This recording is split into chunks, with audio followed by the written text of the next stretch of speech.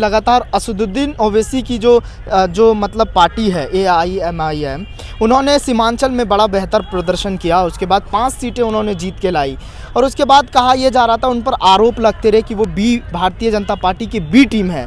क्या आपको लग रहा है कि ऐसा कुछ है? उनको लोग वोट कटवा के नाम से कहते हैं कि वो वोट काटने का काम किया, उससे RJD को नुकसान हुआ। अगर वो चुनाव वहाँ नहीं लड़ते तो महागठबंधन को फ़ायदा होता।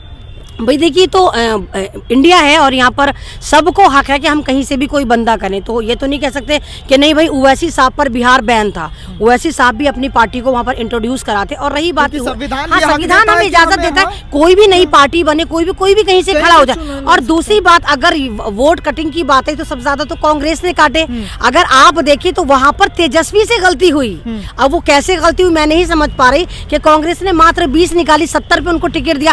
कांग्रेस को मात्र 30 पे सीट देना चाहिए था। तो तेजस्वी ने तो अपना नुकसान खुद करा था। 70 सीटों को तो आपने अपना नुकसान खुद करा था, जबकि ओवैसी की पार्टी तो 70 सीटों पे लड़ी भी नहीं थी।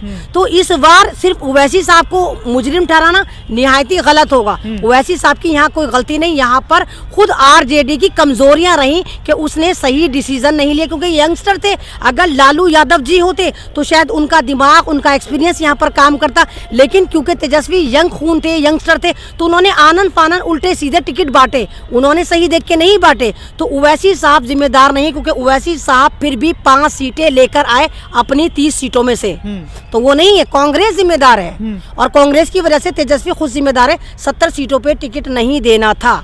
इसी से मेरा अगला सवाल, क्योंकि जिस तरीके से कहा यह जा रहा है कि अगर असदुद्दीन ओवैसी साहब अगर RJD के खेमे में जाते हैं तो इस वक्त किंग मेकर की भूमिका निभाया जा सकता है, और उसके बाद लगातार इस बात को लेकर सवाल किया जा रहा है। लेकिन मैं एक चलते चलते और एक सवाल मैं आपसे समझना चाहता हूं, जो दर्शक इस वक्त हमें जो देख रहे हैं वो भी समझना चाहते हैं कि जो मतलब इससे पहले की जो सरकार थी, चाहे वो नीतीश कुमार 15 साल का क्या कार्यकाल रहा, किस तरह से उन्होंने काम किया, वो जग जाहिर है और सब जानते हैं। आपको लग रहा है कि तेजस्वी यादव अगर मुख्यमंत्री बनते हैं, जैसे RJD के सांसद जो है मतलब राज्यसभा सांसद मनोज झा कहते हैं कि हम 6 महीने के अंदर सरकार बनाने जा रहे हैं, आपको लग रहा है कि वो अच्छे काम करेंगे? क्योंकि इस बार का जो चुनावी लड़ाई था वो कमाई, पढ़ाई, दवाई, सिंचाई, बेरोजगारी पर लड़ा गया। आपको लग रहा है वो काम करेंगे? नहीं, अगर नहीं करेंगे, करना तो चाहिए। अगर बंदा एजेंडा चेंज कर रहा है तो यानी कुछ ना कुछ वो डेवलपमेंट देगा, कुछ ना कुछ वहाँ पर विकास करेगा। तो अगर नहीं करेगा तो बिहार की जनता तो जाग चुकी। नहीं तो अगर नीतीश बाबू ने वहाँ 20 साल में अच्छा काम करा होता तो पब्लिक क्या पागल है कि उनको उखाड़ने की बात करेगी? तो उनको ही कहेगी। अगर बादशाह चेंज करने की बात है, यानी कि बादशाह ने गद्दारी करी है, नीतीश बाबू ने कुछ ना कुछ बेवफाई करी है, तभी तो वहाँ की जनता उनको पसंद नहीं कर रही। और अगर तेजस्वी की सरकार आती है और उन्होंने चीप पटाख करी या पब्लिक को फिर बावला बनाने की कोशिश करी, तो बिहार की जनता अब जाग चुकी है। अब वो कोई भी अफीम खाकर या चाटकर नहीं सोएगी। एक और सवाल है, EVM धांधली को लेकर भी बात उठ रहा है। EVM धांधली पर मैं आपकी प्रतिक्रिया जानना चाह रहा हूँ। यह RJD का भी आरोप है कि हमने 130 सीटें जीता, वो दावा कर रहे हैं। और उसके बाद तेजस्वी यादव ने अपने प्रेस कॉन्फ्रेंस में आकर भी उन्होंने सभी बातों को अपने सामने रखा। चुनाव आयोग का भी उन्होंने मतलब पत्र लिखकर उन्होंने और उसके बाद उनके पास लिखा गया और उसके बाद अदालत की दरवाज़ा भी खटखटाया गया।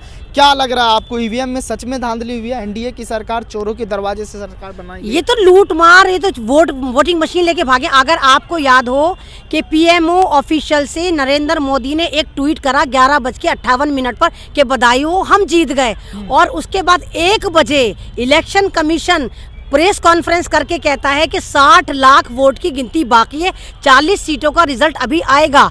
तो फिर कौन सच्चा है? तो आप खुद इलेक्शन कमीशन सच्चा है कि ये सच्चे हैं? तो यानी कि पूरी की पूरी बेमानी हुई है, घबड़ घोट हुई है। इन्होंने जितने भी बैलेट पेपर वाले रिजल्ट थे सबको इन्होंने रिजेक्ट कर दिया, उसको नहीं माना, क्योंकि इनको पता था वहाँ पर तेजस्वी ही जीतेगा। जहाँ जहाँ तेजस्वी जीत रहा था उस सीट पे इन्होंने कह दिया नहीं, ये नहीं जीते। ये तो पूरी खुली लूट मार से जीते हैं। और जब कोई लूट मार की सरकार बनती है ना तो वो इसी तरह घुटनों में गिर जाती है। ज़्यादा नहीं चलेगी, 2-4 कदम चलेंगे फिर गिरे हुए नजर आएंगे ये। चलिए, बहुत शुक्रिया हमसे बातचीत करने के लिए, आपने मुझे महत्वपूर्ण समय दिया। चैनल को सब्सक्राइब नहीं किया है तो प्लीज़ सब्सक्राइब कीजिए और ताज़ा अपडेट पाने के लिए बेल आइकन को दबाना